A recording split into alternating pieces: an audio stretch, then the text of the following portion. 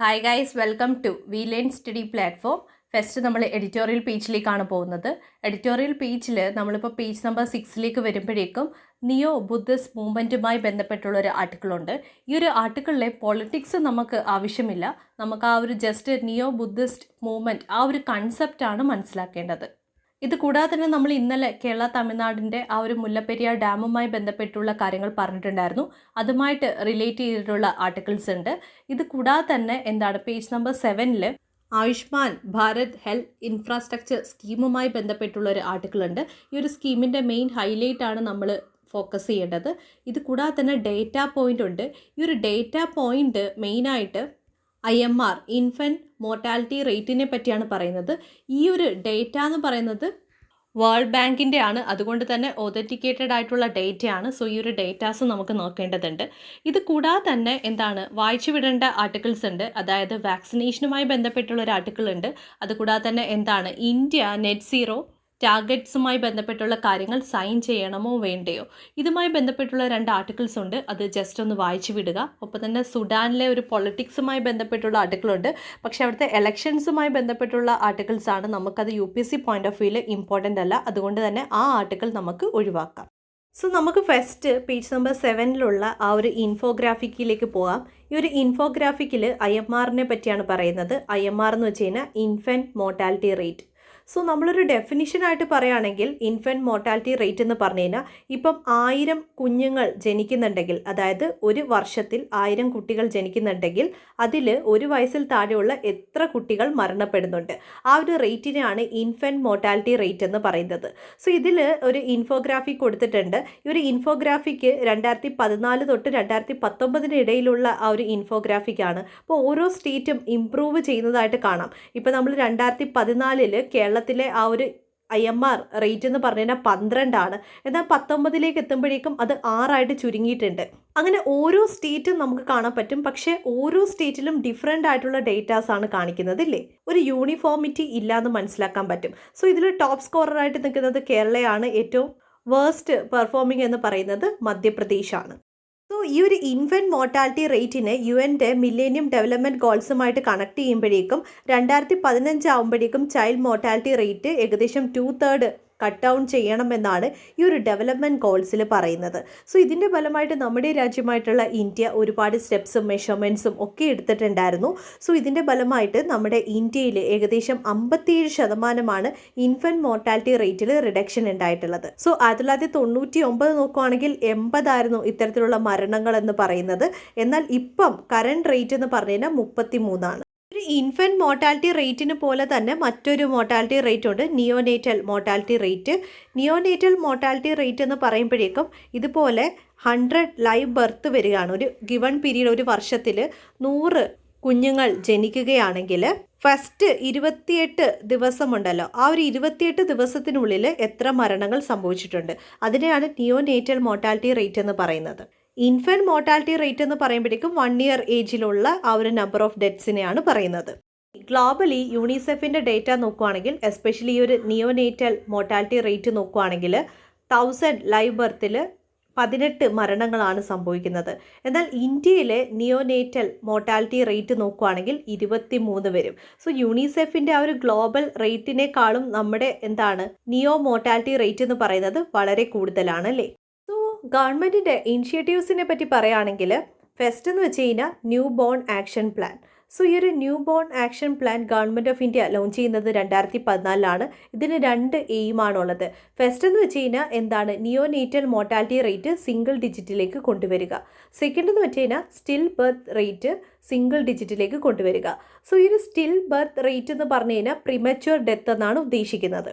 So നമുക്കറിയാം അമ്മമാർക്ക് അതായത് പ്രഗ്നൻ്റ് ആയിട്ടുള്ള വിമൻസിന് ബെറ്റർ ആയിട്ടുള്ള ന്യൂട്രീഷൻ കൊടുക്കുകയാണെങ്കിൽ നമുക്ക് എന്ത് ചെയ്യാൻ പറ്റും, പ്രിമച്വർ ആയിട്ടുള്ള ഡെത്ത്സ് ഒഴിവാക്കാൻ പറ്റുമില്ലേ? കാരണം പ്രിമച്വർ ഡെത്തിൻ്റെ ആ ഒരു മെയിൻ റീസൺ എന്ന് വെച്ച് കഴിഞ്ഞാൽ ഈ ഒരു ന്യൂട്രീഷൻ ഡെഫിഷ്യൻസി തന്നെയാണ്. സോ ഇതിനെ അഡ്രസ്സ് ചെയ്യുക എന്നുള്ളതാണ് ഈ ഒരു ന്യൂ ബോൺ ആക്ഷൻ പ്ലാനിൻ്റെ ലക്ഷ്യമെന്ന് പറയുന്നത്. സെക്കൻഡ് വൺ എന്ന് വെച്ച് കഴിഞ്ഞാൽ national health mission. 2005 government of India national health mission launch ചെയ്യുന്നത്. സോ മെയിൻ ലക്ഷ്യം എന്താണെന്ന് വെച്ച് കഴിഞ്ഞാൽ റൂറൽ പോപ്പുലേഷന് ബെറ്റർ ആയിട്ടുള്ള ക്വാളിറ്റി ആയിട്ടുള്ള അഫോർഡബിൾ ആയിട്ടുള്ള ഹെൽത്ത് കെയർ സിസ്റ്റംസ് പ്രൊവൈഡ് ചെയ്യുക എന്ന ലക്ഷ്യത്തോടു കൂടിയാണ് national health mission government of India launch ചെയ്യുന്നത്. സോ റൂറൽ പോപ്പുലേഷൻ എന്തുകൊണ്ട് ചൂസ് ചെയ്തു എന്ന് വെച്ച് കഴിഞ്ഞാൽ നമുക്കറിയാം ഇപ്പം അർബൻ ഏരിയയുമായിട്ട് കമ്പയർ ചെയ്യുമ്പം റൂറൽ ഏരിയയിൽ എന്താണ് ബെറ്റർ ആയിട്ടുള്ള പ്രോപ്പറായിട്ടുള്ള ഹോസ്പിറ്റൽസ് ഇല്ല, ഹെൽത്ത് കെയർ ഫെസിലിറ്റീസ് ഇല്ല. അതുകൊണ്ടാണ് റൂറൽ പോപ്പുലേഷനെ കൂടുതൽ ഫോക്കസ് ചെയ്യുന്നത്. ഇതുകൂടാതെ തന്നെ മറ്റ് ഇനിഷ്യേറ്റീവ്സിൻ്റെ പാർട്ടായിട്ടുള്ള സ്കീംസാണ് ജനനി സുരക്ഷാ യോജന, ജനനി ശിശു സുരക്ഷാ കാര്യക്രം, പ്രൈം മിനിസ്റ്റർ മാതൃ വന്ദന യോജന. സോ ഈ സ്കീംസ് എല്ലാം തന്നെ ഇതുമായിട്ട് ബന്ധപ്പെട്ടിട്ട് നമുക്ക് കണക്ട് ചെയ്യാൻ പറ്റുന്ന സ്കീമുകളാണ്. നമ്മൾ ഹെൽത്തുമായിട്ടുള്ള ആർട്ടിക്കിൾ സ്റ്റാർട്ട് ചെയ്തത് കൊണ്ട് തന്നെ ഹെൽത്തുമായിട്ട് കണക്ട് ചെയ്യാൻ പറ്റുന്ന മറ്റൊരു ആർട്ടിക്കിൾ നമുക്ക് കാണാം എഡിറ്റോറിയൽ പേജിൽ. Preparing for outbreak. So Ayushman Bharat health infrastructure സ്കീമിനെ പറ്റിയാണ് പറയുന്നത്. So GS paper 2 governance point of വ്യൂയിലാണ് ഈ ഒരു ആർട്ടിക്കിൾ ഇമ്പോർട്ടൻ്റ് ആവുന്നത്. സോ നമ്മുടെ ഇന്ത്യയിലെ തന്നെ ഹെൽത്ത് കെയർ ഇൻഫ്രാസ്ട്രക്ചറിനെ സ്ട്രെങ്തൻ ചെയ്യാൻ വേണ്ടി കൊണ്ടുവന്നിട്ടുള്ള one of the largest pan India സ്കീമാണ് Ayushman Bharat health infrastructure scheme എന്ന് പറയുന്നത്. ഇതെന്ന് പറയുന്നത് നാഷണൽ ഹെൽത്ത് മിഷൻ്റെ പാർട്ടായിട്ടുള്ളൊരു സ്കീമാണ്. ഈ ഒരു സ്കീമിൻ്റെ മെയിൻ ഒബ്ജക്റ്റീവ്സിനെ പറ്റി പറയുകയാണെങ്കിൽ അർബൻ ഏരിയയിലും റൂറൽ ഏരിയയിലും എന്താണ് public health care infrastructure ensure ചെയ്യുന്നുണ്ട്. സോ എന്തിനു വേണ്ടിയാണ് ഈ ഒരു അർബൻ ഏരിയയിലും റൂറൽ ഏരിയയിലും ഇത്തരത്തിലുള്ള ഇൻഫ്രാസ്ട്രക്ചർ ഡെവലപ്മെൻറ്റ് നടത്തുന്നത്? ഇൻഫ്രാസ്ട്രക്ചർ എന്ന് പറയുമ്പോഴേക്കും എന്താണ് health care centres, wellness centres, ഇതിൻ്റെയൊക്കെ എസ്റ്റാബ്ലിഷ്മെൻ്റ് ആണ് നടക്കുന്നത്. സോ മെയിനായിട്ട് ഇവിടെ ഫോക്കസ് ചെയ്ത് എന്താണെന്ന് വെച്ച് കഴിഞ്ഞാൽ എന്തെങ്കിലും പബ്ലിക് ഹെൽത്ത് എമർജൻസി വരുമ്പം അല്ലെങ്കിൽ ഡിസീസ് ഔട്ട് ബ്രേക്ക് വരുമ്പോഴേക്കും ഇത്തരത്തിലുള്ള പബ്ലിക് ഇൻഫ്രാസ്ട്രക്ചർ ആയിരിക്കും ഏറ്റവും കൂടുതൽ ഗവൺമെൻറ്റിനെ ഹെൽപ്പ് ചെയ്യുക. സോ പബ്ലിക് ഹെൽത്ത് എമർജൻസിയാണ് COVID-19, നിപ്പ വൈറസ്. സോ നമുക്ക് ഇത്തരത്തിലുള്ള പബ്ലിക് ഹെൽത്ത് ഇൻഫ്രാസ്ട്രക്ചറിൻ്റെ ഡെവലപ്മെൻറ്റ് വളരെ അനിവാര്യമാണ്. പബ്ലിക് ഹെൽത്ത് ഇൻഫ്രാസ്ട്രക്ചർ അത് റൂറൽ ആണെങ്കിലും അർബൻ ഏരിയയിലാണെങ്കിലും മെയിനായിട്ട് ഇത് ഫോക്കസ് ചെയ്യുന്നത് അല്ലെങ്കിൽ അവൈലബിൾ ആവുന്നത് ഓരോ സ്റ്റേറ്റ് വൈസ് ആയിരിക്കും. ഇനി നെക്സ്റ്റ് എന്ന് വെച്ച് കഴിഞ്ഞാൽ ക്രിട്ടിക്കൽ കെയർ സർവീസസിൻ്റെ എസ്റ്റാബ്ലിഷ്മെൻ്റ് ആണ്. സോ ഈ സർവീസസ് എല്ലാം തന്നെ അവൈലബിൾ ആവുന്നത് ഡിസ്ട്രിക്ട് ലെവലിലാണ്. സോ ഈ ഡിസ്ട്രിക്റ്റ് എന്ന് പറയുമ്പോഴേക്കും എല്ലാ ഡിസ്ട്രിക്റ്റിലും അവൈലബിൾ ആണോ എന്ന് ചോദിച്ചു കഴിഞ്ഞാൽ അല്ല. ഒരു ഡിസ്ട്രിക്റ്റിൻ്റെ പോപ്പുലേഷൻ 5 ലക്ഷത്തിൽ കൂടുതലാണെങ്കിൽ അത്തരത്തിലുള്ള ഡിസ്ട്രിക്റ്റുകളിലാണ് ഇത്തരത്തിലുള്ള ക്രിട്ടിക്കൽ കെയർ സർവീസസിൻ്റെ ഇൻഫ്രാസ്ട്രക്ചർ പ്രോജക്റ്റുകൾ ഇംപ്ലിമെൻറ്റ് ചെയ്യുന്നത്.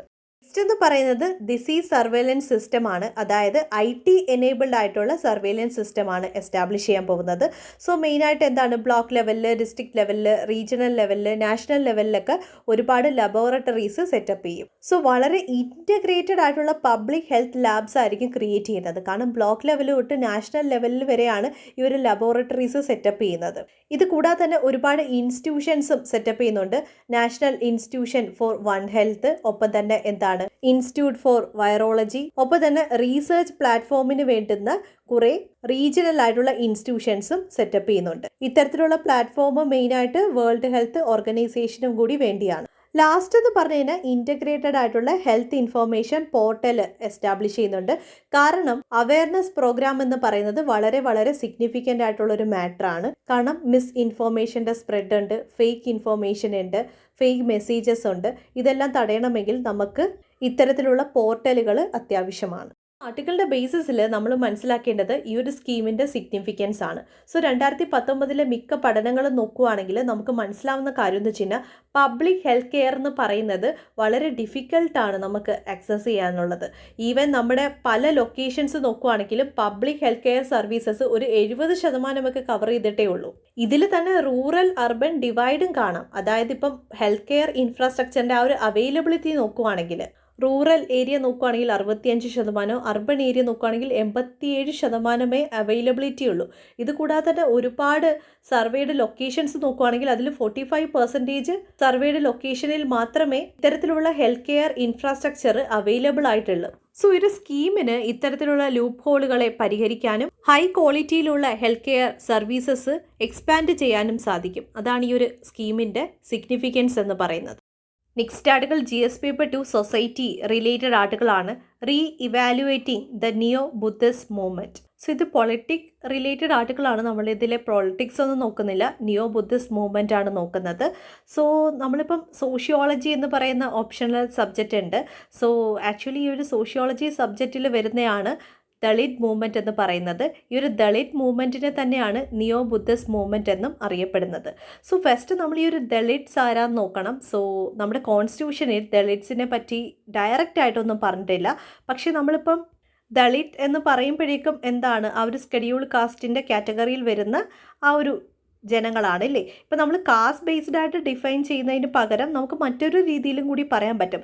നമ്മുടെ ഈ ഒരു രാജ്യത്തിൻ്റെ ട്രഡീഷനിൽ ഏറ്റവും കൂടുതൽ ആ ഒരു ലൈഫിൻ്റെ ആ ഒരു ട്രഡീഷൻ്റെ ആ ഒരു സ്പിയറിൽ പൊളിറ്റിക്കലി ആണെങ്കിലും സോഷ്യലി ആണെങ്കിലും എക്കണോമിക്കലി ആണെങ്കിലും എക്സ്പ്ലോയിറ്റ് ചെയ്യപ്പെട്ടിട്ടുള്ള ഒരു കൂട്ടം ജനങ്ങളെ നമുക്ക് ദളിറ്റ്സ് എന്ന് വിളിക്കാം. ഈ ഒരു ദളിത് എന്ന് പറയുന്ന വേർഡ് തന്നെ മറാത്തി വേർഡാണ്. ഇതിൻ്റെ മീനിങ് എന്താണെന്ന് വെച്ച് കഴിഞ്ഞാൽ ഗ്രൗണ്ട് അല്ലെങ്കിൽ ബ്രോക്കൺ ടു പീസസ് എന്നാണ്. ഒരു ദളിത് മൂവ്മെൻറ്റിൻ്റെ ആ ഒരു എമർജൻസിൻ്റെ മെയിൻ ഫാക്ടർ എന്ന് പറയുമ്പോഴേക്കും നമുക്കൊരു ടേം യൂസ് ചെയ്യാൻ പറ്റും. ആ ഒരു ടേമാണ് ഓസ്ട്രസിസം എന്ന് പറയുന്നത്. സോ ഒരു ഓസ്ട്രസിസത്തിനെ പറ്റി പറയുമ്പോഴേക്കും ഫസ്റ്റ് നമ്മൾ നോക്കുമ്പോൾ നമ്മളിപ്പം ഏൻഷ്യൻ ഹിസ്റ്ററിയൊക്കെ പഠിക്കുമ്പോഴേക്കും നമുക്ക് ചതുർവർണ്ണ സിസ്റ്റം കാണാം ഇല്ലേ. ബ്രാഹ്മിൺ, ക്ഷത്രിയാസ്, ശൂദ്രാസ്, വൈശ്യാസ് ഇല്ലേ.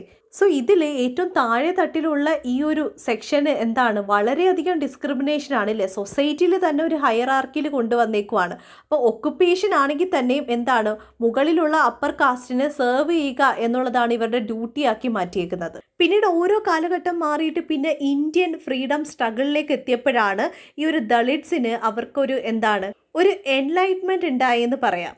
സോ ഒരു ഇന്ത്യൻ ഫ്രീഡം സ്ട്രഗിളിൽ നിന്ന് ഇൻസ്പയർ ചെയ്തിട്ടാണ് ഈ ഒരു ദളിത് മൂവ്മെൻറ്റ് സ്റ്റാർട്ട് ചെയ്തത്. ഇതുപോലുള്ളൊരു ദളിത് മൂവ്മെൻ്റ് ആണ് നിയോ ബുദ്ധിസ്റ്റ് മൂവ്മെൻറ്റ് എന്ന് പറയുന്നത്. സോ എന്താണ് ഇപ്പം ഹിന്ദു കാസ്റ്റ് സിസ്റ്റത്തിൻ്റെ ആ ഒരു ഹയറാർക്കി നോക്കുമ്പോഴേക്കും ഏറ്റവും ലോവസ്റ്റ് റാങ്കാണ് ദളിത്തിന് കൊടുത്തിട്ടുള്ളത് ഇല്ലേ. ഇങ്ങനെ വന്നപ്പോഴേക്കും 1956 കാലഘട്ടത്തിൽ എന്ത് ചെയ്തു, ഈ ഒരു ദളിറ്റ്സ് എല്ലാം തന്നെ ബുദ്ധിസത്തിലേക്ക് കൺവേർട്ട് ചെയ്യാൻ തുടങ്ങി. എന്തുകൊണ്ടാന്ന് വെച്ച് കഴിഞ്ഞാൽ 1956 എന്ന് പറയുന്ന ആ ഒരു വർഷത്തിലാണ് ദളിത് ഐക്കണായിട്ടുള്ള BR അംബേദ്കർ സാർ അദ്ദേഹം ഒരു സ്റ്റേറ്റ്മെൻറ്റ് പറഞ്ഞത്. ആ ഒരു സ്റ്റേറ്റ്മെൻറ്റ് ഇതാണ്: ഈ കാസ്റ്റ് ഓപ്പറേഷൻ എന്ന് പറയുന്നതിൽ നിന്ന് എസ്കേപ്പ് ചെയ്യാനുള്ള ഏക മാർഗം എന്ന് പറയുന്നത് ബുദ്ധിസമാണെന്നാണ് അദ്ദേഹം പറഞ്ഞത്. സോ ഇതിൻ്റെ ഫലമായിട്ടാണ് ഇത്തരത്തിലുള്ള കൺവേർഷൻസ് ആ ഒരു ടൈമിൽ സ്റ്റാർട്ട് ചെയ്തത്. ഇപ്പം ഇന്ത്യയിലുള്ള ബുദ്ധിസ്റ്റുകളെ നോക്കുകയാണെങ്കിൽ അതിൽ 87% നിയോ കൺവേർട്ടുകളാണ്. സോ റിമൈനിങ് എന്ന് പറയുമ്പോഴേക്കും ഒബ്വിയസ്ലി ട്രഡീഷണൽ ആയിട്ടുള്ള ബുദ്ധിസ്റ്റ് കമ്മ്യൂണിറ്റീസ് ആണ്. സോ ഇത്തരത്തിലുള്ള നിയോ കൺവേർട്ടുകൾ കൂടുതലായിട്ട് കാണപ്പെടുന്നത് നോർത്ത് ഈസ്റ്റ് ഇന്ത്യയിലും ഒപ്പം തന്നെ ഹിമാലയൻ റീജിയൻസിലുമാണ്. Next article GS paper 3 disaster മാനേജ്മെൻറ്റുമായിട്ട് ബന്ധപ്പെട്ടുള്ള ആർട്ടിക്കിളാണ്. ഒപ്പം തന്നെ GS paper 1 geography point of വ്യൂവിൽ ഇമ്പോർട്ടൻ്റ് ആയിട്ടുള്ള ആർട്ടിക്കിളാണ് സേഫ്റ്റി ഫസ്റ്റ്. സോ നമ്മൾ ഇന്നലെ പറഞ്ഞ മുല്ലപ്പെരിയാർ ഡാമുമായിട്ട് ബന്ധപ്പെട്ടുള്ള ആർട്ടിക്കിളാണ്. സോ സുപ്രീം കോർട്ട് ഒരു സൂപ്പർവൈസറി കമ്മിറ്റി രൂപീകരിച്ചിട്ടുണ്ട്. ഈ ഒരു സൂപ്പർവൈസറി കമ്മിറ്റി ആയിരിക്കും ഈ ഒരു വാട്ടർ ലെവലിൻ്റെ ആ ഒരു ഇമീഡിയറ്റ് ഡെസിഷൻ എടുക്കുന്നത്. സോ ഇതെന്ന് പറയുന്ന ഒരു പെർമനൻറ്റ് സൂപ്പർവൈസറി കമ്മിറ്റിയാണ്. ഈ കമ്മിറ്റി എന്താ ചെയ്യുന്നതെന്ന് വെച്ച് കഴിഞ്ഞാൽ ഇപ്പോൾ മൺസൂണിന് മുമ്പാണെങ്കിലും മൺസൂണിന് ശേഷമാണെങ്കിലും ഇത്തരത്തിൽ ഡാമിനെ ഇൻസ്പെക്ട് ചെയ്യും. ഒപ്പം തന്നെ അതിന് വേണ്ടുന്ന അപ്രോപ്രിയേറ്റ് ആയിട്ടുള്ള സ്റ്റെപ്സ് എടുക്കാനും ഡയറക്ഷൻ കൊടുക്കാനും. അതിപ്പോൾ 2 സ്റ്റേറ്റാണ് ഇപ്പം മുല്ലപ്പെരിയാറിൻ്റെ കേസിൽ വരുന്നത് ഇല്ലേ, അതായത് കേരളവും തമിഴ്നാടും. സോ ഈ ഒരു കേരളത്തിനും തമിഴ്നാട്ടിനും ഇടയിൽ ഡിസ്പ്യൂട്ട് ഉള്ളത് കൊണ്ട് തന്നെയാണ് ഇത്തരത്തിലൊരു കമ്മിറ്റി രൂപീകരിച്ചിട്ടുള്ളത്.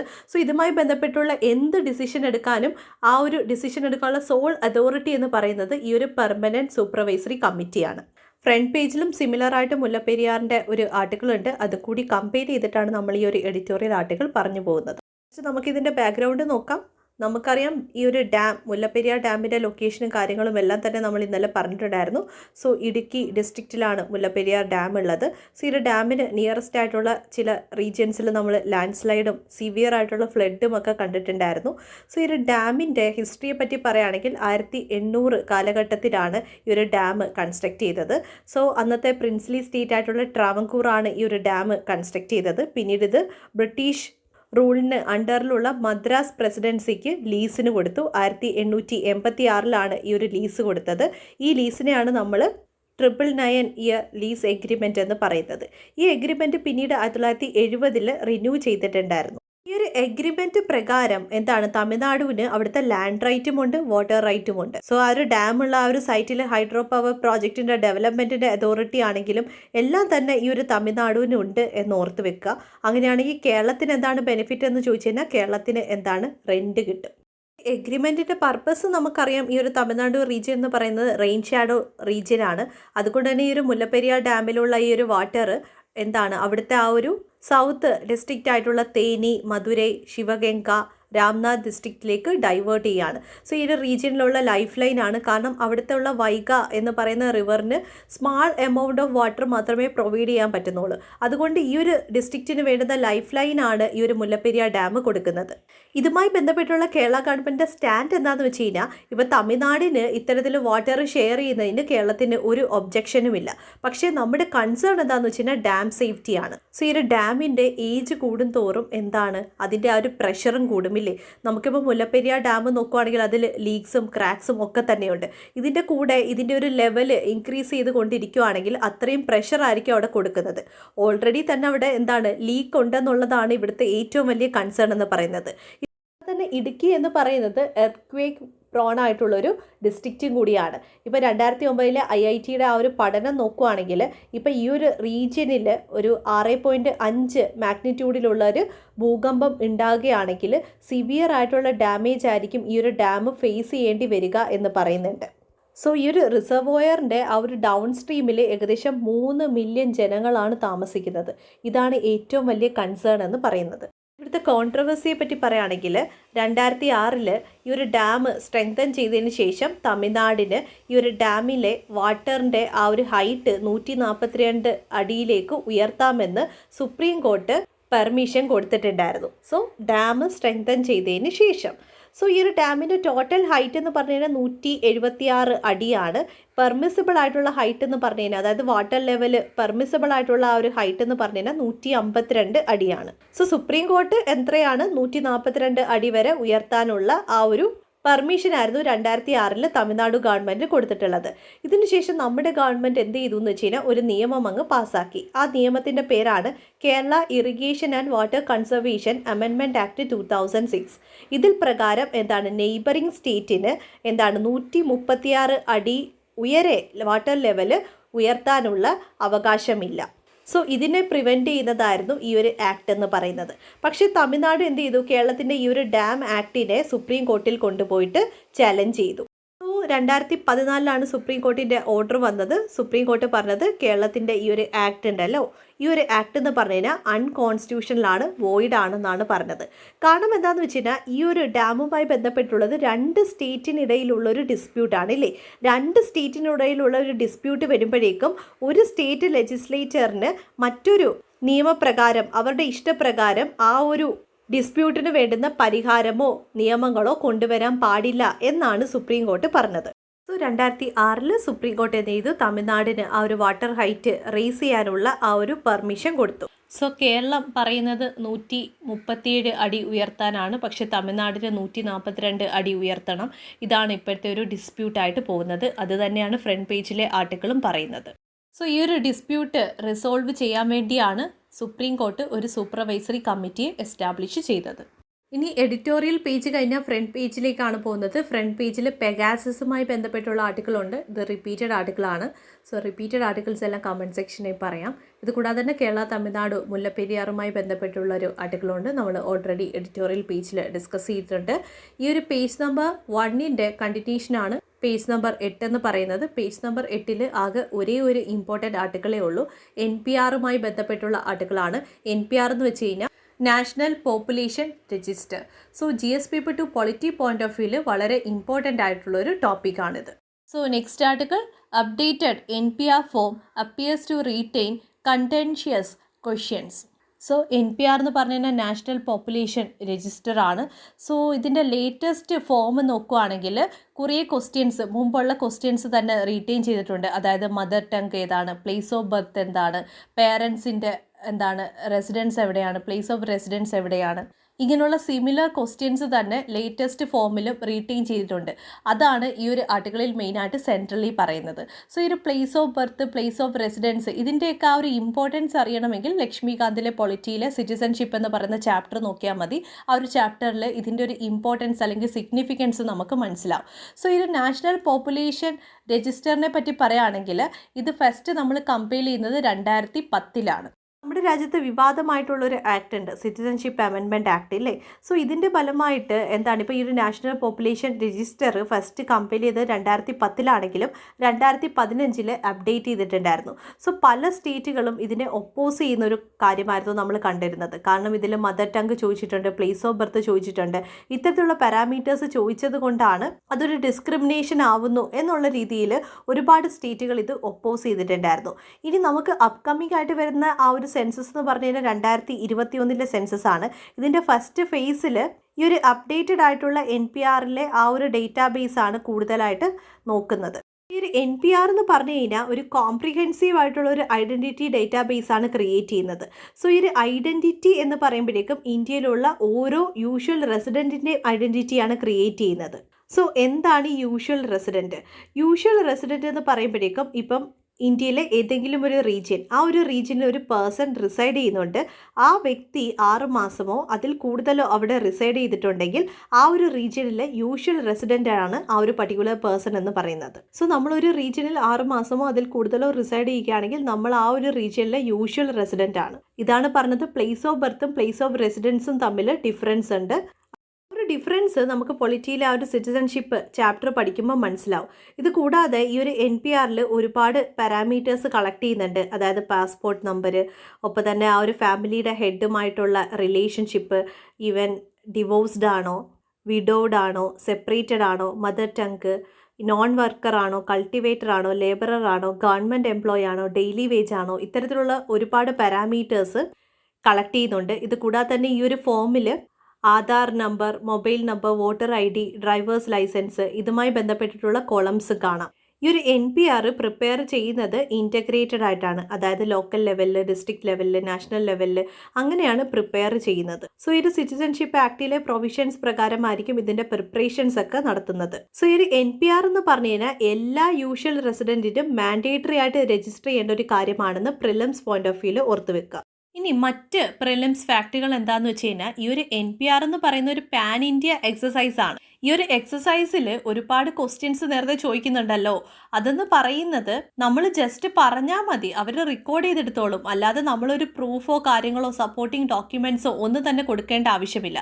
ഈ ഒരു NPR എന്ന് പറയുന്ന ഈ ഒരു എക്സസൈസിൽ നിന്ന് ആസാം എന്ന് പറയുന്ന ആ ഒരു സ്റ്റേറ്റിനെ എക്സ്ക്ലൂഡ് ചെയ്തിട്ടുണ്ടെന്ന് പ്രിലിംസ് പോയിന്റ് ഓഫ് വ്യൂവിൽ ഓർത്ത് വെക്കുക. സോ നമ്മൾ തന്നെ ഡിക്ലെയർ ചെയ്താൽ മതി എന്താണ് നമ്മുടെ മദർ ടങ്ക് എന്താണ്, ഒപ്പം തന്നെ നമ്മുടെ ഹെഡ് ഓഫ് ദ ഫാമിലിയുടെ ആയിട്ടുള്ള റിലേഷൻഷിപ്പ് എന്താണ്, ഇത്തരത്തിലുള്ള കാര്യങ്ങൾ നമ്മൾ തന്നെ പറഞ്ഞാൽ മതി. അതായത് പ്രൂഫായിട്ട് ഒരു ഡോക്യുമെൻറ്റ്സും കാണിക്കേണ്ടതില്ല. ഇത് കൂടാതെ തന്നെ നേരത്തെ പറഞ്ഞു Aadhaar number, passport, driving licence, voter ID ഇതിൻ്റെ ഡീറ്റെയിൽസ് ഷെയർ ചെയ്യുക എന്നുള്ളത് വോളണ്ടറി ആയിട്ടുള്ള കാര്യമാണ്. എനിക്ക് താല്പര്യമുണ്ടെങ്കിൽ മാത്രം ഷെയർ ചെയ്താൽ മതി.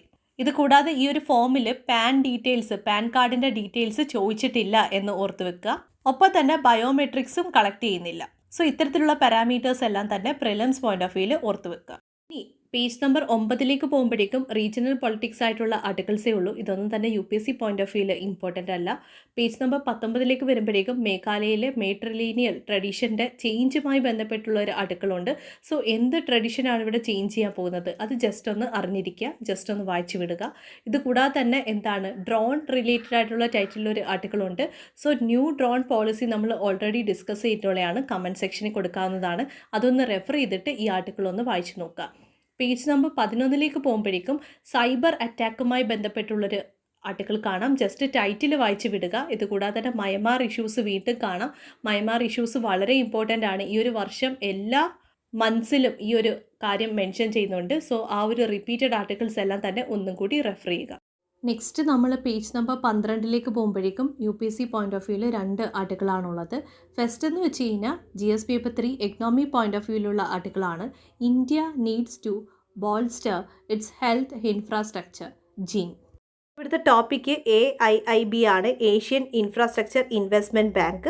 സോ ഈ ഒരു ബാങ്കിൻ്റെ പ്രസിഡൻ്റ് ആയിട്ടുള്ള ജിന്നിൻ്റെ സ്റ്റേറ്റ്മെൻ്റ് ആണ് പറയുന്നത്. സോ നമുക്കറിയാം നമ്മുടെ ഹെൽത്ത് കെയർ ഇൻഫ്രാസ്ട്രക്ചറിൽ ഒരുപാട് ലൂപ്പ് ഹോൾസ് ഉണ്ട് അല്ലേ. ഈ ഒരു ലൂപ്പ് ഹോൾസിനെയാണ് സ്ട്രെസ് ചെയ്ത് പറഞ്ഞിരിക്കുന്നത്.